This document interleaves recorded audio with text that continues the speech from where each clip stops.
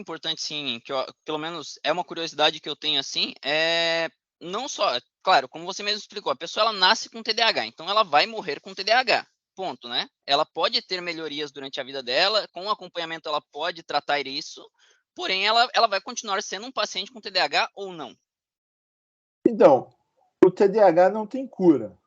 tá? É um transtorno de neurodesenvolvimento, Isso. mexe Uhum. com suas estruturas genéticas ou Uhum. ontogenéticas, então você não tem cura. O que o tratamento faz? O tratamento, quanto mais cedo eu identificar sinais e sintomas e começar a realizar o tratamento com intervenção cognitivo-comportamental, trabalhar as questões, né, com psicólogo, trabalhar as questões de Sim. aprendizagem com neuropsicopedagogo, as questões de linguagem com fono e por aí vai, quanto mais cedo eu fizer, eu consigo reduzir os impactos Na vida da pessoa. na vida da pessoa. Mas o acompanhamento e monitoramento é constante. Por quê? Porque pensa assim, ó, por ser um transtorno de neurodesenvolvimento e tá relacionado a alterações no funcionamento do sistema nervoso, ele vai trazer alterações neuroquímicas nesse indivíduo. Entendi. Pensa assim, quando a gente é adolescente, a nossa química não muda bastante, Sim, sim. né? Hormônio de crescimento, pelo, irrita, às vezes, né? A gente tem Sim. explosões, bombardeios hormonais, né? Muito grandes. Então, pensa que isso também vai acontecer nesse indivíduo. Então, ele precisa estar acompanhando, porque ele às vezes controla os sinais e sintomas, mas aí ele faz lá 14, 15 anos, junto com esse bombardeio químico que né?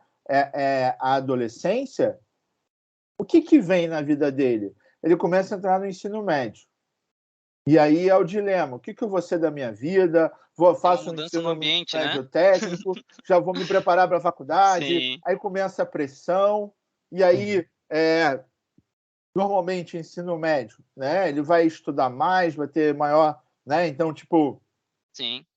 se ele faz um técnico, ele vai estudar integrado, ele vai estudar de manhã, de tarde. Se ele faz um preparatório para vestibular, ele vai também estudar de manhã, de tarde. Sim. Rotina, resultado, tem relacionamento. Então, esse acompanhamento precisa ser Sim. sempre bem feito, porque começam outros dilemas na vida daquele indivíduo. O indivíduo, por exemplo, principalmente, né, começam outras situações que podem impactar a vida daquele Sim. indivíduo. Então, assim, não tem como você abandonar o tratamento 100%. O que Entendi. pode por exemplo, às vezes, por ele ter feito um tratamento já desde pequeno, ter tomado a medicação ali quando criança, ter feito a terapia e tudo mais, quando ele é adolescente, ele continua com a terapia, vai no neuro uma vez por ano só e não faz mais uso de medicamento, entende? Mas Sim. nada impede que, em algum momento, ele precise voltar a fazer uso do medicamento de acordo com o quê? Com a demanda cognitiva. Porque o medicamento do TDAH ele é para a demanda cognitiva daquela criança, cognitivo-comportamental daquele indivíduo. Né? Então, Sim. às vezes, por exemplo, né, vou dar um exemplo. A gente, né, tem pressões no trabalho. Você pega um indivíduo com TDAH, ele assume um cargo de gestão, e aí, de repente, ele tem muitos anos que não toma, mas aquela Sim. demanda cognitiva dele, naquele momento, o trabalho está Pode muito causar uma grande, crise. o estresse, isso. É como se fosse uma crise, tá, Zé? Como se fosse. E Sim. aí, realmente, ele pode precisar voltar a tomar o remédio. Então, assim, Sim. não tem cura. O que a gente consegue controlar são esses sinais e sintomas que você consegue minimizar os impactos. Agora, cura, a gente não pode falar por quê? Porque é um transtorno de neurodesenvolvimento. É algo que vem com você na sua formação. O seu sistema foi formado com aquilo. É igual, por exemplo, um computador. Você Sim. formou o computador com aquela placa-mãe. Exato. Né? Ele vai ser aquilo. Entendeu? Vai ser aquilo. Sim, entendi. Tem como você mudar. A placa-mãe deu defeito, queimou, aí morreu. Aí você vai lá e troca. Mas, Sim, não tem jeito. é, Aí Aí é é outra outro, coisa. aí é outro é, ser humano, infelizmente, dá pra fazer isso, então. então, a gente, no ser humano, a gente não consegue Sim, fazer mas isso, o mais entendeu? importante, então, é a gente conseguir o diagnóstico o quanto antes para já começar a tratar, né? Sim, quanto antes é o mais importante. Agora, uma coisa muito importante que eu acho que todos os pais vão querer saber, o como fazer esse acompanhamento, algumas dicas talvez de como tu pegar alguns sinais, isso seria interessante, É, e até o como dar um diagnóstico pro teu filho, porque às vezes tu vai só levar ele no local que você acha que é o ideal, no profissional que você acha que é o ideal, mas você não tem um diagnóstico correto, às vezes você esqueceu e pulou etapas, ou não fez todo o é, caminho que precisava ser feito, né? Isso eu acho que é interessante passar para os pais estarem sabendo o como levar os filhos deles, como tratar e tudo mais, né? Como fazer o Sim. acompanhamento em Com si. complementando ali a pergunta do Zé, professor, desculpa, não, também é interessante, no meu ponto de vista, a Sim. diferença entre o TDAH no sexo masculino e no sexo feminino, porque no meu conhecimento eu sei que o TDAH na mulher geralmente não tem um H, né? Então, é uma diferença é, ali que a gente é, acaba. a gente pode falar sobre isso. Então, a primeira coisa que a gente precisa entender é como é que é o diagnóstico do TDAH. Primeira coisa, é um transtorno de neurodesenvolvimento. Então, a primeira coisa que a gente precisa entender é que são feitos com escalas que vão avaliar se alguns comportamentos, algumas funções estão abaixo do que é esperado para a idade. Então, se eu falo de desenvolvimento, é um transtorno nesse desenvolvimento, significa que os marcos do desenvolvimento e uma Uhum, série de habilidades estão abaixo do que deveriam estar, relacionados a comportamento, relacionado a funcionamento executivo, né? Como eu processo uma informação, minha capacidade de monitorar, ficar processando, focado numa ação, capacidade de associar e desassociar conteúdos, uma série de Entendi. questões, tá? Isso tem que estar abaixo do que é para a idade. Aí entra uma grande questão. A gente avalia, está abaixo. Já posso dizer que é TDAH? Não. Por Não. quê? Porque, por exemplo, uh, vou dar um exemplo, né? Quando a gente fala de TDAH, muitas das vezes está relacionado a como processar uma informação, Sim. estratégia, né? Questões relativas à aprendizagem. Vai ter dificuldade de aprendizagem. Transferir uma informação para que a gente está vendo aqui agora para jogar lá para uma memória de longa Sim. duração e trazer o que está guardado para cá. uhum, Essa é uma grande dificuldade que eles têm. Então, agora, isso é algo que é ensinado. Por exemplo, quais são as estratégias de aprendizagem que nós aprendemos? Como que a gente. Quais são as estratégias de aprendizagem que a gente tem, né, sobre como lembrar coisas, dicas para associar? Isso foi trabalhado? Então, por exemplo, muitas vezes ele tem essa dificuldade, mas não é porque ele tem TDAH, foi porque não foi estimulado adequadamente. Ele não teve ele não teve uma estimulação, ele não, por exemplo, ele não teve esse aprendizado, talvez desde pequeno, Sim, talvez ele sim. não teve esse estímulo de faça isso, ou fazer algumas atividades para conseguir ter mais foco, ou conseguir alguma coisa do tipo, né? Então, às vezes, é só uma educação que ele não teve em si, não no sentido de ser mal educado em si, mas na questão de ter esse incentivo para aprender um comportamento, né? É bem isso mesmo, tá, Zé? Ele não teve esse estímulo, não teve. E aí, por exemplo, não desenvolveu, não desenvolveu. Sim, Aí a gente vai avaliar, tá abaixo, tá, mas teve essa estimulação. Então, qualquer transtorno, para eu garantir que ele tenha realmente um transtorno, o que eu preciso fazer? Eu preciso pegar aquelas habilidades que estão abaixo e garantir uma pequena intervenção de 3 a 6 meses, e aí eu avalio e vou ver, entende? no Opa, caso, você vai tentar avaliei. ensinar ele durante esse Continua prazo. dentro do esperado? Ok, não tem TDAH. Não, desculpa, Entendi. foi para dentro do esperado, Uhum. né? Não tem Não tem TDAH. TDAH, porque um indivíduo com TDAH não vai melhorar tão rápido assim. Uhum. Agora, continua abaixo, e lembrando, o diagnóstico ele é multidisciplinar. Sim. Agora, o que acontece? Hoje, nas escolas, a gente não tem programas de funções executivas, a gente não tem essas práticas, né? Quando a gente fala de Brasil, a gente não Sim. tem isso sendo sistematizado. Então, cada vez mais, a gente vai ter crianças com dificuldade de aprendizagem. E muitas vezes. Pós-pandemia, então, isso Uhum. aumenta. Escolares em séries iniciais com dificuldade de aprendizagem foi Sim. para quase 60%. Jesus, é muito difícil. E assim, é uma escala muito alta, assim, para dificuldade no aprendizado. A gente sabe que não é tudo um tipo de transtorno, coisa do tipo, mas assim, dentro da escola em si, eles não têm ferramentas para identificar quem é o aluno que precisa dessa ajuda extra, né? Não tem. E a escola não é para fazer o diagnóstico. A Sim, escola ela pode contribuir para crianças com risco. sim, Agora, no mínimo, para eu dizer que uma criança tenha risco, eu preciso acompanhar ele com 2, 3 avaliações e ele continuar nesse risco. Agora, lembrando, o que eu fiz na escola para desenvolver essas habilidades? Porque são habilidades que a escola precisa ensinar. sim, Prestar atenção, processar informações, regras, uma série de habilidades que a gente não faz. Essa é uma grande questão, tá? Que é muito importante. O que a escola faz? A criança já apresenta uma dificuldade, já está em risco numa primeira avaliação, já encaminha logo para uma avaliação clínica, e aí aquela criança acaba tomando a vaga de quem não precisaria.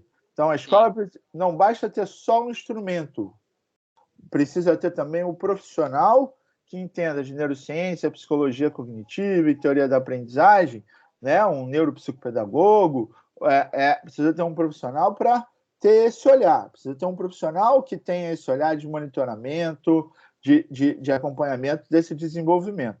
Tá? uhum, Respondendo o Raul, TDAH dá mais em meninos do que meninas? Não.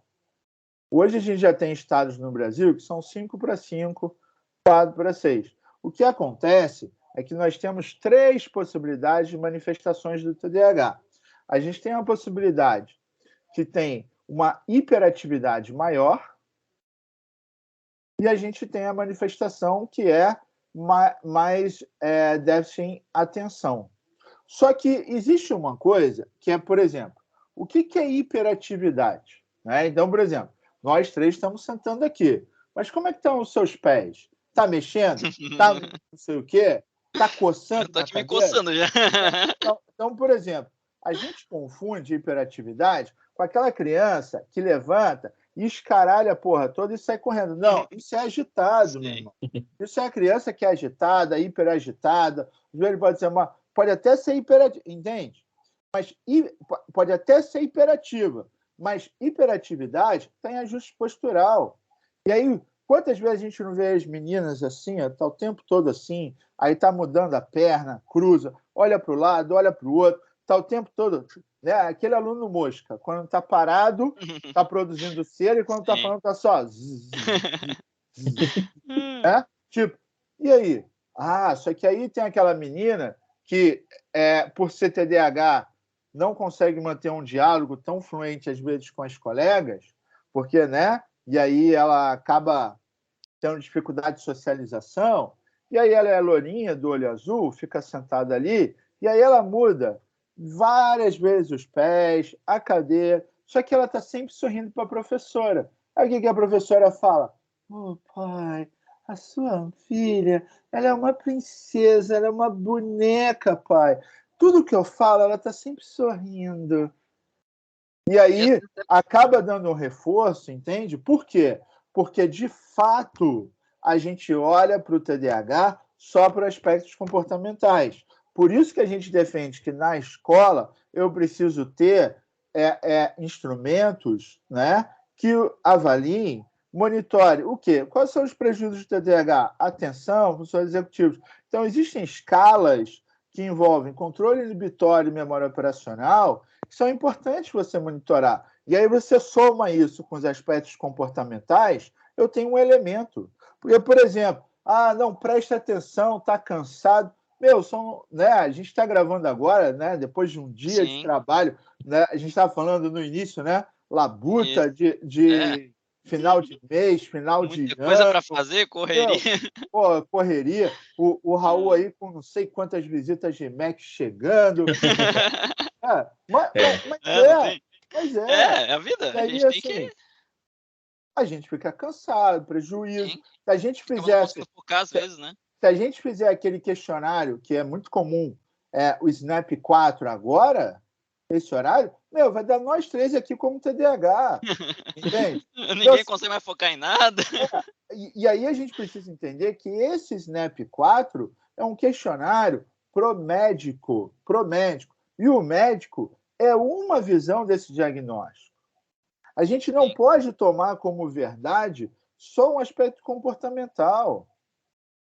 Essa que é a dificuldade no diagnóstico, né, professor? Porque assim, você precisa de vários profissionais, você precisa de várias visões para poder ter um diagnóstico preciso, né?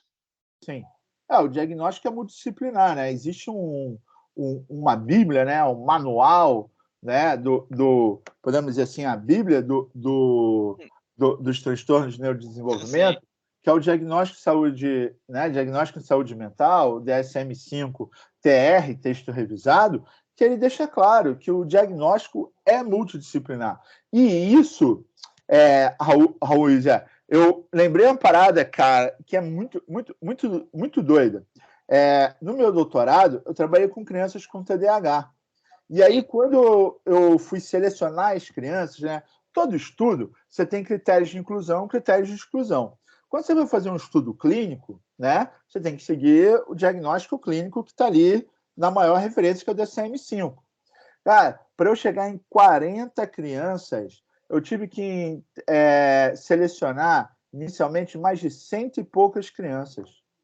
E aí você pergunta assim, como é que você cortou tanta criança, Fabrício? Porque não tinham diagnóstico multidisciplinar e não fazem tratamento disciplinar. Entende? As pessoas acham que o TDAH é só tomar medicamento e pronto, mais nada. Não, eu tenho demanda cognitivo-comportamental, preciso fazer uma terapia com psicólogo, eu posso ter demanda na aprendizagem, entende? Então, eu posso ter que trabalhar a parte motora com um profissional de educação física, com um fisioterapeuta, entende? Então, assim, eu tenho demandas que precisam ser trabalhadas. É muito mais somente tomar um remedinho e pronto, entende? Sim, tudo isso é importante até para a qualidade de vida, né? Porque tu vai ficar só no remédio, no fim o remédio não ele vai te ajudar, obviamente, porque é o trabalho dele, mas ele não vai resolver tua vida a longo prazo. Tu não vai conseguir melhorar o teu comportamento, não vai conseguir. Nem a curto prazo, Zé, porque, por exemplo, pensa assim, vamos supor, você tem uma demanda, tá? Sim. Aí você toma um remédio por causa da demanda cognitiva. Ok. Sim. Você vai melhorar neuroquímica para ajudar na demanda cognitiva. Vai melhorar a captação. Mas a desorganização para a estratégia da aprendizagem, para você organizar a sua informação, para que você tenha uma boa aprendizagem, isso só vem com treino, isso só vem com a estimulação. Então o medicamento vai dar o efeito de uma pseudo-melhora. Então, o que está dizendo para mim, pelo menos pelo que eu estou entendendo, não sei se o Raul vai concordar, mas é assim, meio que no TDAH tu tá com os pensamentos desorganizados e tu tá muito acelerado, ou tu tá pelo menos com essa demanda de diminuir. Então, o que o remédio faria seria diminuir a velocidade ali para te conseguir organizar as coisas, mas tu precisa organizar elas. Se tu não organizar, não adianta de nada. Então, a mesma coisa se for o outro caso, porque o TDAH eu posso estar tão acelerado quanto lentificado. Sim. Eu tenho os dois. Mas no caso deles tem que nivelar então isso para depois poder organizar os pensamentos. O medicamento ele vai criar um cenário cortical quimicamente ali, neuroquimicamente, mais favorável. Agora, se você não tiver a estimulação adequada e não fizer uma intervenção na clínica, a sua capacidade de aproveitar esse benefício C+ que o medicamento vai te dar reduz completamente. E você não tem um bom desempenho. Entendi. Perfeito. Isso é algo realmente, sim, é complicado. Até essa parte em si do como o remédio funciona, assim, eu já tinha uma ideia, mas não tinha essa noção tão ampla, assim, uma explicação tão didática, né? De realmente, é como você organizar a sua casa. Tu vai ter que parar, bagunçar tudo, parar, olhar assim, ó, o que eu vou arrumar? Isso aqui. Daí tu vai arrumando aos poucos. Então, esse é o tratamento a longo prazo. Tu vai levando isso, vai arrumando as demandas até o ponto de, tipo assim, agora eu tô com tudo organizado, talvez eu possa parar de tomar remédio, caso o médico dê esse laudo, né? Aí, futuramente, se tu tiver algum problema novamente, tu volta pro remédio, imagino eu, para poder organizar tudo novamente. Seria mais ou menos isso? Mais ou menos. É porque, na verdade, o medicamento, nem todas as crianças vão tomar medicamento, nem Sim, todos os são indivíduos. só casos mais graves, né? Vai depender da demanda cognitiva desse indivíduo, Entendi. tá? O medicamento, ele precisa entrar, mas ele vai depender muito da demanda cognitiva desse indivíduo, tá? Esse é o principal ponto.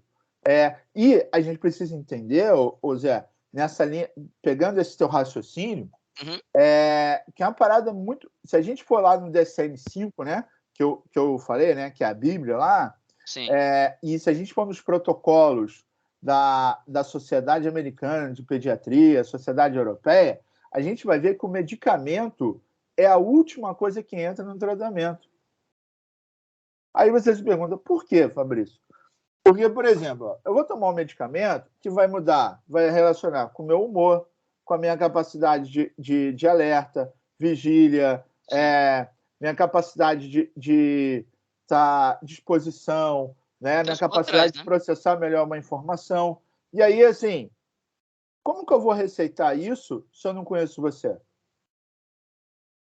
Por exemplo, entendi. Então, o remédio é a última coisa, por quê? Porque primeiro começa uma short intervention, uma pequena intervenção de 1, 2 meses, com psicólogo, com neuropsicopedagogo, com fono, para começar a entender e costurar um diário de bordo de como é que ele é de rotina, de horário, que hora que ele dorme, para saber, porque, por exemplo, vamos supor, né? Você amanhã você tem um filho lá, né? Né, com a Letícia, e vocês têm um filho, e aí você chega lá né? Aí você chega lá para consulta. Aí o médico te pergunta assim: o que seu filho tem? Não, ele tem isso, a escola disse que era TDAH e tal. Ele pergunta: como é que é a rotina dele? Aí você fala: não, ele dorme no horário, dorme não sei o quê. Não, ele dorme, né? Sabe? Por quê? A gente às vezes os pais têm vergonha de dizer da rotina, não têm conhecimento, o que é uma rotina, não, sabe? E aí ele fala ali, falou, e aí é o que não, eu tenho que ter comprovado. E aí quando eu faço uma short intervention, os profissionais fazem diário de bordo, perguntam que hora você acordou hoje em cada sessão, que hora você dormiu. Então você vai ter um mapeamento do dia a dia daquela criança para saber, porque o que acontece hoje? Vai na primeira consulta lá, né? O seu filho, não, então toma 1,5 aí de medicamento. Aí vai lá, 1,5. Toma 2, aí vai lá, toma 3, toma 4, Daqui a pouco a criança tá lesada lá com... entendeu? E aí vai. Então a gente não pode ter, como que eu posso dizer, né? Não pode ter mais esse tipo de pensamento, né, cara? Não pode. Então, o medicamento... E aí, por exemplo, a criança fica, às vezes, babando lá na sala de aula e não tem efeito. Por quê? Está com a dosagem muito maior. E fica, então dá 2, dá 2,5, dá 3. Não, ensaio e erro, sabe? E a forma correta seria, primeiro, fazer o acompanhamento, verificar como tá, passar com todos os outros profissionais para, no final, chegar no médico, tipo assim, agora a gente tem todo esse histórico dele, baseado nesse histórico, o que a gente poderia fazer, né? Com certeza. O médico indica e aí, baseado nisso, ele vai fazendo, entendeu? Entendi. Isso é realmente... essa que é a maior dificuldade, né? No Brasil em si, tanto a questão da carência das pessoas, tanto de informação, quanto às vezes da parte financeira em si, de ir atrás de profissionais mais habilitados,